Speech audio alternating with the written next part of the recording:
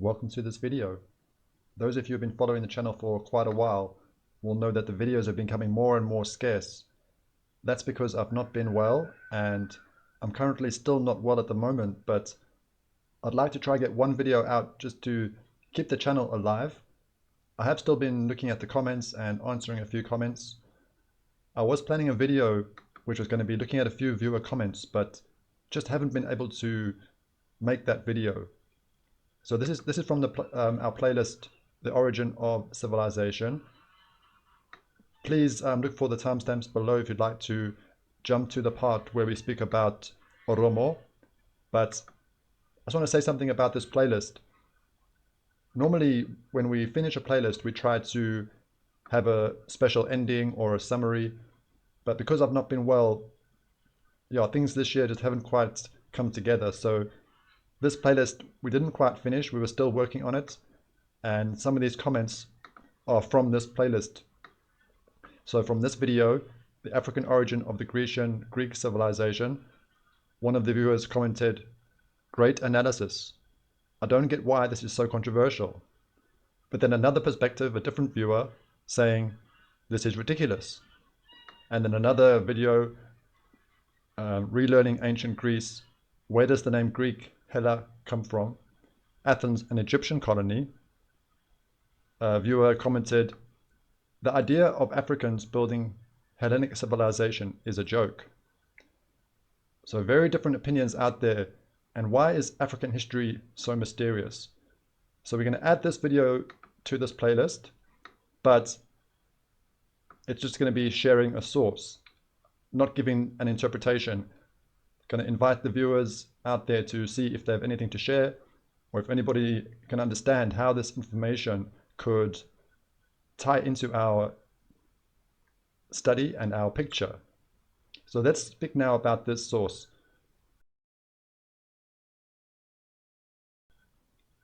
This is the source that I came across. The Power of Afaan Oromo as a Device for Explaining Africa's Prehistory, an Africology Perspective. And here's all the details of the source. You have to, I can't really give you a link because it's a PDF. So you have to find the source and download the PDF. What we're going to do is read the abstract so you can get an idea of what this is about if you'd like to read the whole source. And then we'll also speak more about the Oromo as we go forward. And I'm recording this video in different sections to make it easier for me to try put the video together.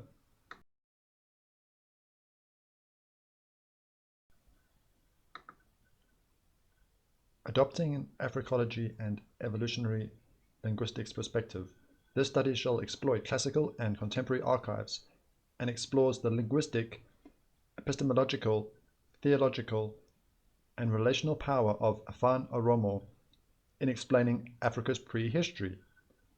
In so doing, this paper explains away the colonial historians and their students who usually begin Oromo history only from the 16th century.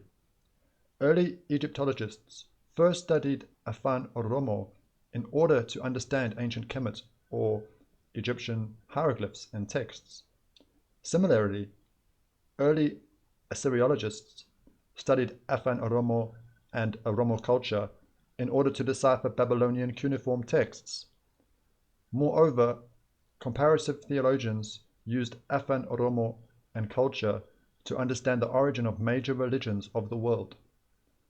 Early African travelers, too, were convinced that Afaan Oromo was not only the lingua franca of Africa up until 19th century CE, but was possibly the language of the ancient Egyptian, ancient Nile Valley, or possibly even of Hittite, from which was Indo-European languages emerged as offshoot. This paper contributes significant substantive and historical implications that are highlighted for researchers who want to use Oromo language and institutional themes as a launching pad to study African prehistory.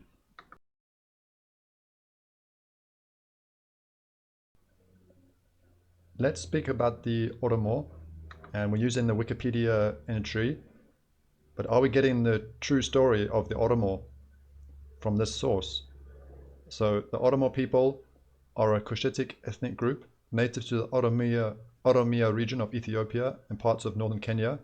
They speak the Oromo language, which is part of the Cushitic branch of the Afro-Asiatic language family. They are one of the largest ethnic groups in Ethiopia. And I just want to show you the territory. This is the territory of Oromia. Oromia is a regional state in Ethiopia and the homeland of the Oromo people. And I'll just go to a bigger map. If you're new to the geography, we're looking in these regions here of East Africa. It'll be nice if, hopefully, people watching, that we may get some people who are from this region, who are of this people group, the Oromo, to say what is their own traditions, what does their own history say? Do they have a story that maybe is not being told, which could be linked back to the source, with the very interesting links to Egypt and Babylon.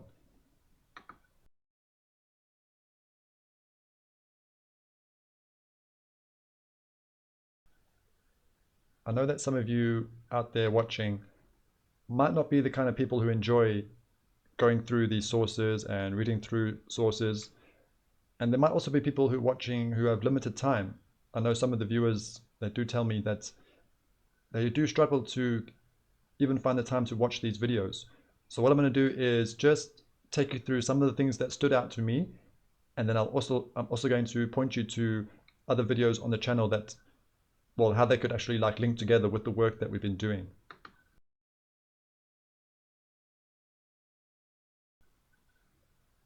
Notice this part I've highlighted here. In Egyptian texts, Phoenicia or Kush is called the country of Kal or Kalu. Phoenicia or Kush. That could be interesting if you watch this video on why is the land of Punt so mysterious and not yet located.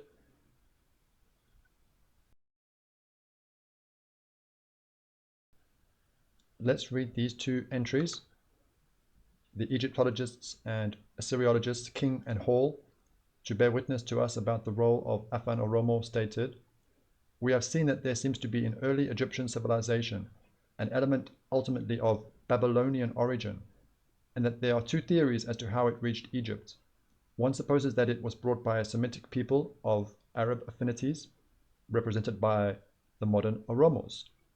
And the same conclusion is reached by the biblical historian and linguist Fawcett, who affirms the earliest Babylonian monuments show that the primitive Babylonians, whose structures by Nebuchadnezzar's time were in ruins, had a vocabulary undoubtedly Cushitic or Ethiopian, analogous to the Oromo tongue in Abyssinia.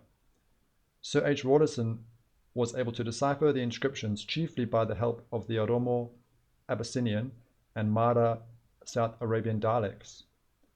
The system of writing resembled the Egyptian, being pictorial and symbolic, often both using the same symbols.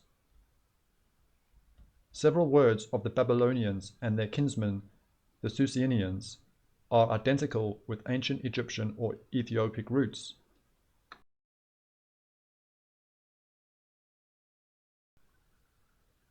I'd like to read a few more entries with you and also show you how it could link to the work that we've been doing, or we could say some of the questions that we've been asking. Let's read these two. Josephus states in his Antiquities that Arphaxad gave his name to the Chaldeans, but this is erroneous, for the Chaldean, as they are called in scripture, or Chaldee as they call themselves, were a Cushitic race, not Shemitic, and their tongue is said to have closely resembled the Oromo, or ancient language of the Ethiopians. And think about this video that we made. It's in this playlist called The Holy Land and Israelite Identity. Think about these videos: Ethiopian, Sabian, Chaldean nativity. Sabians are Chaldeans. So if you watch those videos, then maybe you can try to see how this could link together. And let's read the other one. The vocabulary of or South Babylonia, is Cushitic or Ethiopian, of which the modern Oromo of Abyssinia gives the best idea. And I just want to jump down to this title. It's very interesting, this title. It's going to read out the title. Afaan Oromo. and Indo-European languages similarity, a coincidence. It's very interesting because we got quite a bit of criticism for some of these videos that we were making in this playlist, The Origin of Civilization. Are the Aryans of Ham or Japheth? Is the theory of Indo-European peoples false? Just interesting how the source really could be, well, let's just say asking these questions.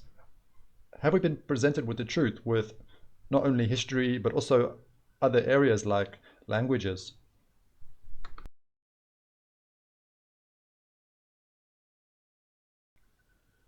I'd like to add an old video that we did quite a long time ago.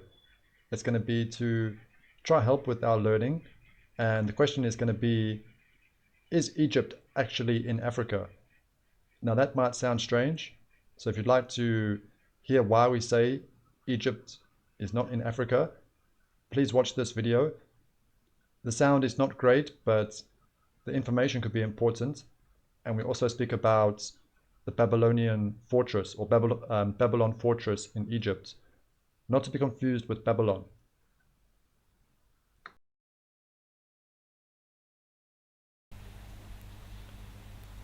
Welcome to this video. We're going to be revisiting the troglodytes and the word Africa, because I was watching a fellow YouTuber and I saw them using this map, and on this map we can see it says troglodyte. We have these mountains here and it says troglodyte, and we were speaking about the source Josephus Flavius, about how the nation of the troglodytes were derived from Abraham by Keturah, and it said how these descendants of Abraham took possession of Troglodytis and the country of Arabia the Happy as far as it reaches to the Red Sea. So now, looking at this map, I wonder, is this the Troglodytis that it's speaking about? So I wanted to show you that. And also we see here it says Babylon. Now we did that video a little while ago speaking about the connection between Egypt and Babylon. And we see here the city of Babylon. But I just want to clarify that, those sources we were looking at weren't saying that this was the original Babylon. It was just an investigation to how old was the city of Babylon in Egypt. Now I just want to speak about Africa because in that video we were speaking about Ephod, the grandson of Abraham, and the story from Josephus about how he invaded Libya, and then his descendants that lived in that region of Libya, how they called Africa, they call it Africa after his name, Ephod. So according to Josephus, this word Africa coming from a descendant of Abraham, that's what we were speaking about.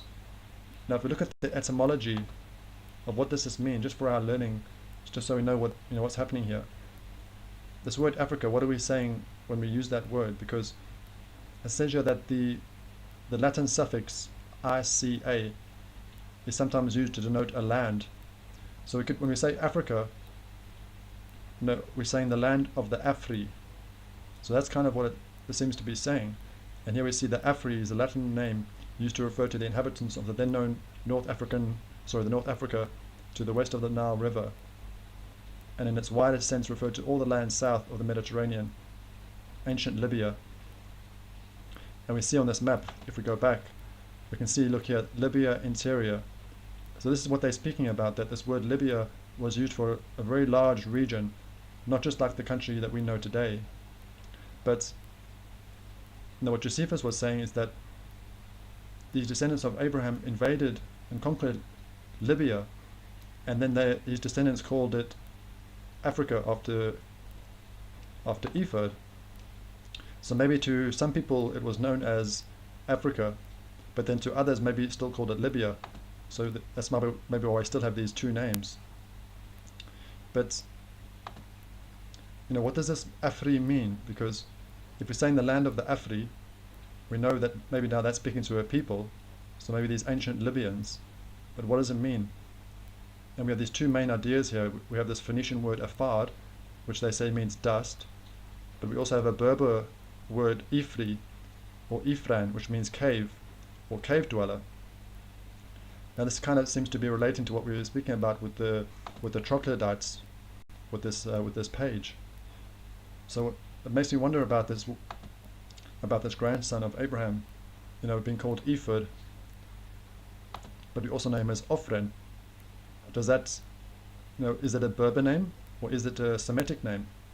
Because that might have a meaning, that might change what it means, or have an impact on what this name means. Now, something else I wanted to share is I came across Scipio Africanus. You may have heard about him because some scholars try to use this source or this person to say that Africa is actually a foreign name, that it's not indigenous to the land. And we see here that it means the African. So why was he called the African? So you've got maybe two different ways of thinking about this. Maybe he's got African heritage, or like it says on this page, it's understood because he conquered Africa. So he conquered that land, and then that's why he became known as Africanus. So the people that they conquered, they must have known him as the Afri, and then called that land Africa. But did the people themselves call themselves the Afri? So that's also something to think about. What did the people refer to themselves? And I also came across the Banu Ifran.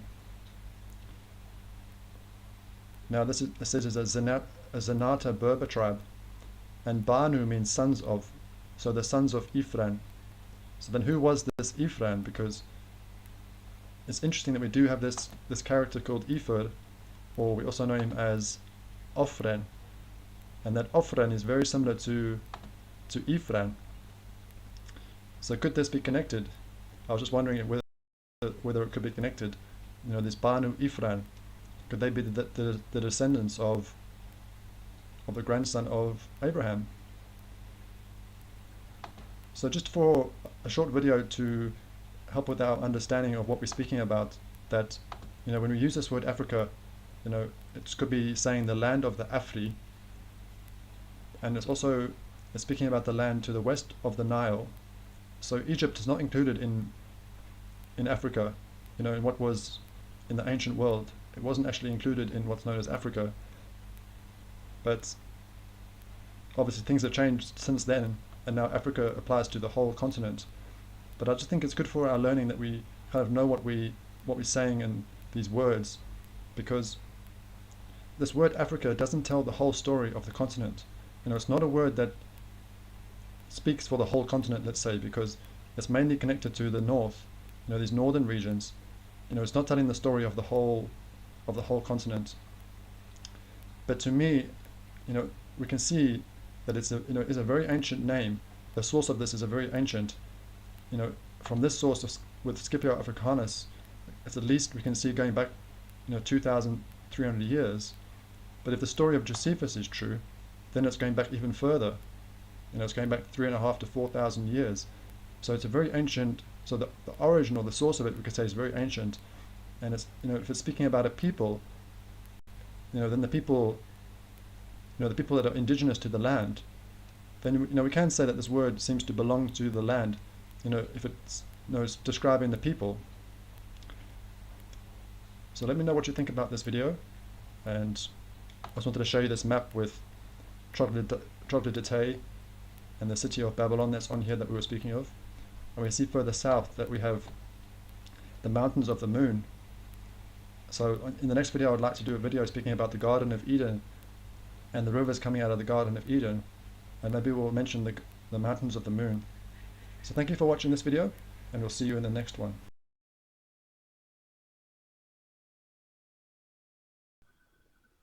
Thank you for watching this whole video. Why does the history of Africa have to be so mysterious? There might be a few of you who may be new to the channel who might not be seeing how this all comes together, and I haven't really, tried to explain how it all comes together, but there's just so much information out there and also so much information on this channel. It's difficult to just say, this is how it comes together. And what we're doing with this video is just asking about the Oromo. How could the Oromo, this group of people, fit into our study and the picture that we've been working on? And now that I am unwell, I can't promise that there'll be lots of videos coming out. So in order for this investigation, the study to go forward, we do need more people to get involved and to maybe take that, carry that torch forward for seeking the truth to our history and our past.